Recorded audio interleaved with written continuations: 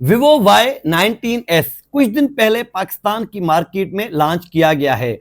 आज हम इस मोबाइल का इन डेप्थ रिव्यू करेंगे और जान पाएंगे कि क्या ये मोबाइल फोन हमें परचेज करना चाहिए या नहीं। गाइस, अगर ये मोबाइल फोन परचेज करने का माइंड बना रखा है तो भाई वीडियो को कंप्लीटली देखिएगा, आपके सारे डाउट्स क्लियर हो जाएंगे। अस्सलाम वालेकुम guys, this is your Sachcha tech bar. ये mobile phone Krishna mobile zone Sardar market Kazi Ahmad की जानिब से मुझे प्रोवाइड किया गया है। मोबाइल फोन पाकिस्तान की मार्केट में 2 वेरिएंट्स में आता है। 4 128 GB जिसकी ऑफिशियल प्राइस 39,000 रुपीज रखी गई है, लेकिन after discount offline online market में 35,000 में इजिली मिल जाएगा। एंड सेकंड वेरिएंट जो कि 6 128 GB वेरिएंट के साथ है, ये हमें ऑफिशियल प्राइस 43,000 में मिल जाता है, लेकिन आफ्टर डिस्काउंट 37,000 के प्राइस टैग में ऑफलाइन ऑनलाइन मार्केट में इजिली अवेलेबल मिल जाएगा। मोबाइल फोन 3 कलर वेरिएंट में यानी कि gold, black and blue colour में अवेलेबल है। मेरे पास इस वक्त ब्लू कलर है। सबसे पहले अगर हम मोबाइल के डिजाइन एंड बिल्ड की बात करें तो ये मोबाइल फोन 6.68 इंच के डिस्प्ले के साथ आता है। मोबाइल का फ्रेम एंड बैक कंप्लीटली तौर पर प्लास्टिक का है। ये mobile phone dimension wise 8.1 mm की थिकनेस के साथ आता है। अगर मैं मोबाइल के वेट की बात करूं तो भाई 200 ग्राम वेट के साथ आ जाता है, जिसकी वजह सिर्फ और सिर्फ मोबाइल की बिग बैटरी है, यानी 5500 mAh की बैटरी मोबाइल फोन में दी गई है। साथ ही में ये मोबाइल फोन IP64 की रेटिंग के साथ आता है, मींस के वाटर एंड डस्ट रेजिस्टेंस है। मोबाइल फोन के बैक साइड की बात की जाए तो हमें रेक्टेंगल शेप में एक कैमरा बम्प मिल जाता है और साथ ही में ब्लू शाइनिंग आप देख सकते हैं मोबाइल फोन के बैक में, लेकिन ये एक शाइनिंग कलर नहीं है, मतलब कि मैट फिनिश एंड शाइनिंग को मिक्स किया गया है। अगर आप सूरज के सामने मोबाइल को यहां वहां घुमाते हैं तो आपको थोड़ी बहुत रिफ्लेक्शन लगेगी, लेकिन ये मोबाइल फोन फिंगरप्रिंट मैग्नेट वगैरह नहीं है। सो अगर आप विदाउट कवर भी यूज करते हैं तो एज सच मोबाइल में हाथ वगैरह नहीं लगने वाले, फिंगर वगैरह जाहिर नहीं होने वाले। ओवरऑल अगर मैं मोबाइल के इन हैंड फील की बात करूं एंड बिल्ड क्वालिटी की बात करूं तो यार mobile phone in hand feel wise मुझे बहुत अच्छा लगा एंड काफी सॉलिड बिल्ड क्वालिटी है। हालांकि मोबाइल कंप्लीटली तौर पर प्लास्टिक में है, लेकिन उसके बावजूद भी जो बिल्ड क्वालिटी है वो काफी सॉलिड एंड प्रीमियम मुझे फील हुई।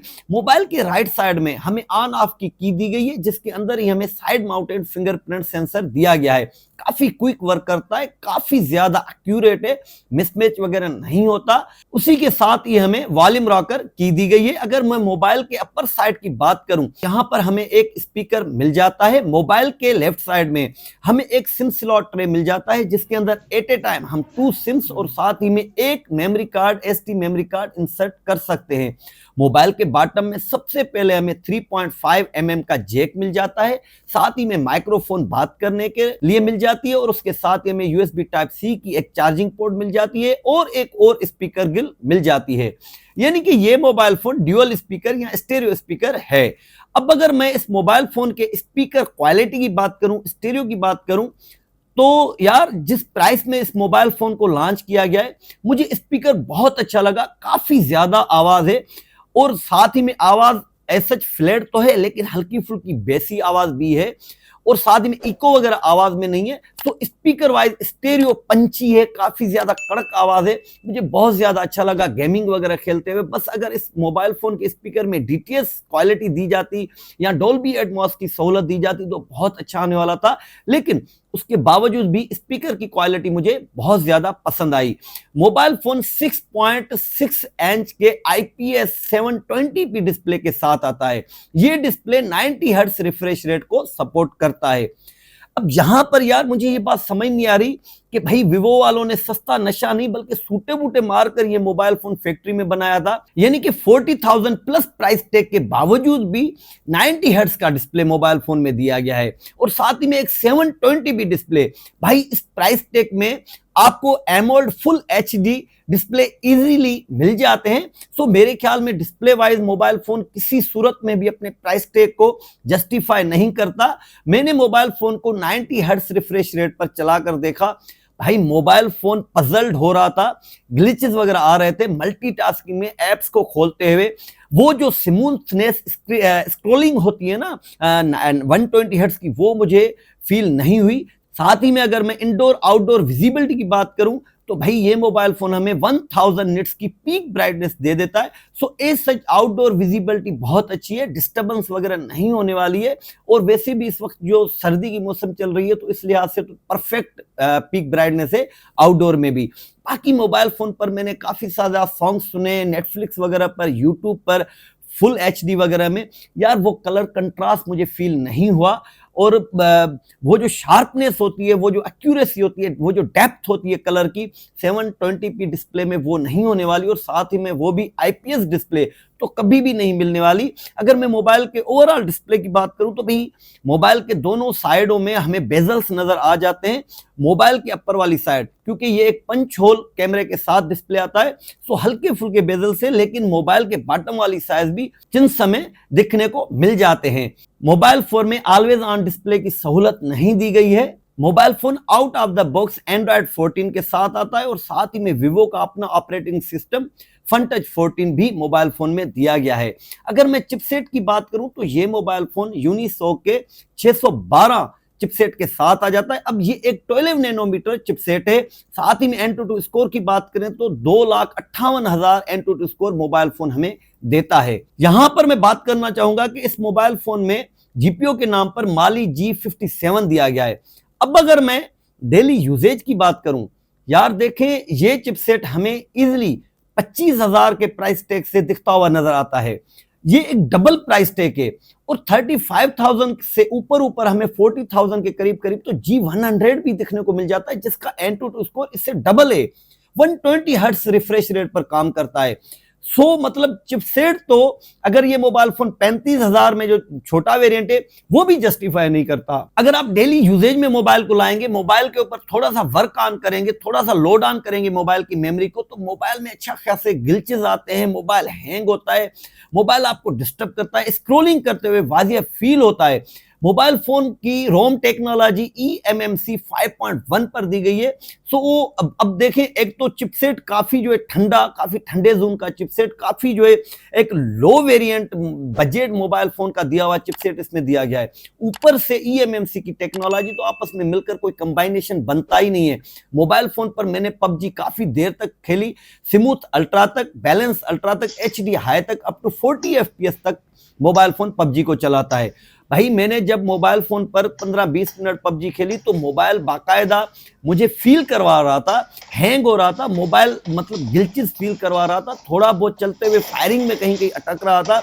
और साथ ही में वो जो एक स्मूथनेस फील होनी है वो नहीं हो रही थी मुझे फील। और बाकी ये मोबाइल फोन जायरोस्कोप वगैरह को हार्डवेयर सपोर्ट करता है। अगर बात करें कीपैड फीडबैक हैप्टिक्स की तो वो सही थे, एवरेज है, एक ही मोटर लगा हुआ है लेकिन जू करता रहता है। साथ ही में अगर मैं नेटवर्किंग की बात करूं तो VoLTE वगैरह 4G वगैरह दिखने को आ जाता है, लेकिन 4G प्लस वगैरह मुझे नजर नहीं आया। बाकी mobile phone wide one L1 की सपोर्ट देता है। सो अगर आप नेटफ्लिक्स वगैरह यूज करते हैं तो फुल HD पर वीडियोस वगैरह देख सकते हैं। साथ ही में अगर यूट्यूब की बात करें तो 1080p तक ही भाई स्ट्रीमिंग कर सकते हैं, 2K तक भी आप YouTube वगैरह पर वीडियोस नहीं देख सकते। बाकी मोबाइल में OTG वगैरह की सहूलत दी गई है। मोबाइल फोन में NFC का मोड नहीं दिया गया है। ब्लूटूथ वर्जन 5.2 मोबाइल फोन में आ जाता है। और साथ ही में मोबाइल फोन में ऑटो कॉल रिकॉर्डिंग का सिस्टम नहीं दिया गया है।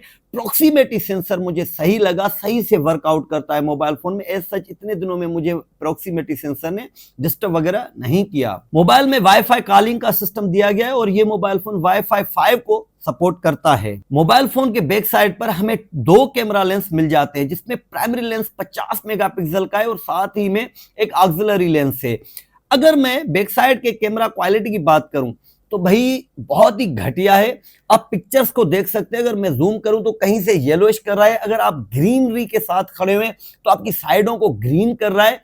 डिटेल्ड बिल्कुल भी नहीं है, डायनामिक रेंज का सत्यानाश कर देता है। आप देख सकते हैं जो ऑब्जेक्ट है, अब ये एक ही सूट में है, लेकिन अगर मैं थोड़ा सा भी इन्वायरमेंट में ऑब्जेक्ट को इधर उधर करता हूं तो डायनामिक रेंज के थ्रू आप देख पा रहे होंगे, कभी इसके कपड़ों को कौन सा कलर कर देता है, कभी कौन सा कलर कर देता है, चेहरे की डिटेल्ड बिल्कुल उड़ा देता है, बालों की, हाथों की स्किन टोन जो है वो बिल्कुल चेंज कर देता है। सो एज सच मुझे mobile phone normal picture quality में डिटेल्ड वाइज बिल्कुल भी अच्छा नहीं लगा। हालांकि पिक्चर मूड में मोबाइल फोन में HDR का सिस्टम दिया गया है, लेकिन भाई HDR को HDR करके समझता नहीं है। अगर मैं पोर्ट्रेट मूड की बात करूं बैक कैमरा से तो आप पिक्स देख सकते हैं पोर्ट्रेट मोड में जो ऑब्जेक्ट है उसके एजेस को कितना खा रहा है।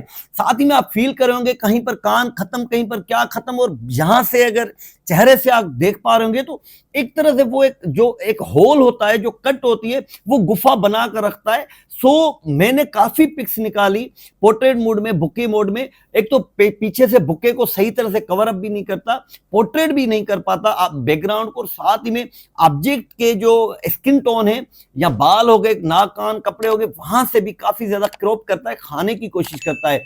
अगर मैं बात करूं मोबाइल फोन के बैक कैमरा के वीडियोग्राफी की, तो भाई 1080p अप टू 30 fps तक ही आप वीडियो रिकॉर्डिंग कर सकते हैं। किसी तरह की कोई image stabilisation, optical image stabilisation कुछ भी नहीं दिया गया है। अगर मैं वीडियोग्राफी की क्वालिटी की बात करूं भाई 1080p अप टू 30 fps तक आप समझ सकते हैं, काफी ज्यादा मूविंग ऑब्जेक्ट में ऑटो फोकस का इश्यू देने वाला है। साथ ही में हल्का फुल्का शेकिंग भी होता है क्योंकि इमेज स्टेबलाइजेशन तो दी नहीं गई है, और साथ ही में जो डायनामिक रेंज है तो HDR वीडियोग्राफी में नहीं दिया गया, तो उसको भी अगर सूरज वगैरह आता है तो उसको भी सही से कवर करने की कोशिश नहीं कर पाता है। स्लो मोशन की बात की जाए तो 720p अप टू 120 fps तक स्लो मोशन करता है, लेकिन वहां पर भी जो डिटेल्ड है वो काफी ज्यादा गवा देता है। अगर बात करें फ्रंट कैमरा की, तो 5 मेगापिक्सल का फ्रंट कैमरा मोबाइल फोन में दिया गया है। अगर नॉर्मल पिक्चर की बात करूं तो यहां पर मुझे 5 मेगापिक्सल का कैमरा डिटेल्ड वगैरह सही दे रहा था, स्किन टोन को सही रख रहा था, ऑब्जेक्ट के कपड़ों वगैरह को सही रख रहा था, लेकिन डायनामिक रेंज को अगर आप सूरज के सामने वगैरह आते हैं तो वहां पर थोड़ी बहुत डिस्टर्बेंस कर रहा था, क्योंकि 5 मेगापिक्सल का लेंस दिया गया है। तो अगर आप पिक्चर को जूम करते हैं तो पिक्सल आपको फटते हुए नजर आ रहे होंगे। यहां पर मैं बताना चाहूंगा कि जो फ्रंट कैमरा का पोर्ट्रेट मोड है, इस सच वो यार मुझे पसंद नहीं आया, अच्छा नहीं लगा। पोर्ट्रेशन तो सही से करता है, बुके मोड को सही से वर्क आउट में लाता है, लेकिन यहां से देख सकते हैं ऑब्जेक्ट के जो एजेस वगैरह हैं वहां पर बहुत ज्यादा डिस्टर्ब करता है, खाने की कोशिश करता है। सो एक परफेक्ट जो पोर्ट्रेट मोड की पिक होती है वो निकलकर हमें नहीं मिलती है। अगर सामने वाले कैमरा से मैं वीडियोग्राफी की बात करूं तो वही 1080p अप टू 30 fps तक, और कोई भी इमेज स्टेबलाइजेशन नहीं दी गई। व्लॉगिंग वगैरह करते हुए काफी ज्यादा शेकिंग होने वाली है, डायनामिक रेंज को भी सही से कवर फ्रंट कैमरा का जो वीडियोग्राफी वाला सिस्टम है वो नहीं कर पाता।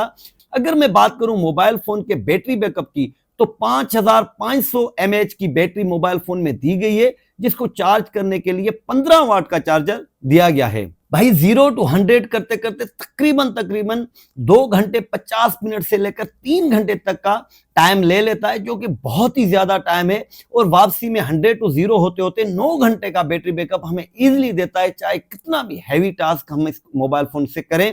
अगर नॉर्मल यूजर है तो 2 दिन इजीली ये बैटरी निकाल लेती है। बहरहाल मोबाइल की बैटरी चार्ज होते हुए भी हीटअप वगैरह मोबाइल फोन नहीं होता, ना चार्जर हीटअप होता है। तो गाइज ओवरऑल अब अगर हम एक थीम बनाकर बात करें कि क्या ये मोबाइल फोन इस प्राइस टैग में लेना चाहिए या नहीं, तो सबसे पहले यहां ऊपर आपको प्रोज एंड कॉन्स नजर आ रहे होंगे, उसको देखकर अपने ज्यादातर कॉन्सेप्ट क्लियर कर दीजिएगा। बाकी मैं शॉर्टली आपको बता देता हूं कि भाई इस प्राइस टैग में ये मोबाइल फोन किसी भी सूरत में जस्टिफाई नहीं करता। पूरे मोबाइल फोन में डिजाइन, बिल्ड से लेकर and overall camera, display, speaker वगैरह सबको मिलाकर मुझे 2 ही चीजें मोबाइल फोन में अच्छी लगी। एक तो मोबाइल का स्पीकर अपने प्राइस टैग को जस्टिफाई करता है, और दूसरा IP64 की रेटिंग। इसके अलावा मोबाइल फोन कहीं से भी अपने प्राइस टैग को जस्टिफाई नहीं करती, और तकरीबन 27-28 हजार तक ही ये मोबाइल फोन रिकमेंडेड है। सो गाइज ये था आज का इन डिटेल्ड एक सच्चा रिव्यू। अगर रिव्यू पसंद आया हो तो भाई वीडियो को लाइक करते हुए शेयर कर दीजिएगा, साथ ही में मेरे चैनल को सब्सक्राइब करते हुए बेल आइकन बटन को कर दीजिएगा क्लिक। सो मिलते हैं इसी के साथ किसी और अच्छे से वीडियो में, तब तक के लिए अपना और अपने प्यारों का रखिएगा बहुत सारा ख्याल। अल्लाह निगहबान।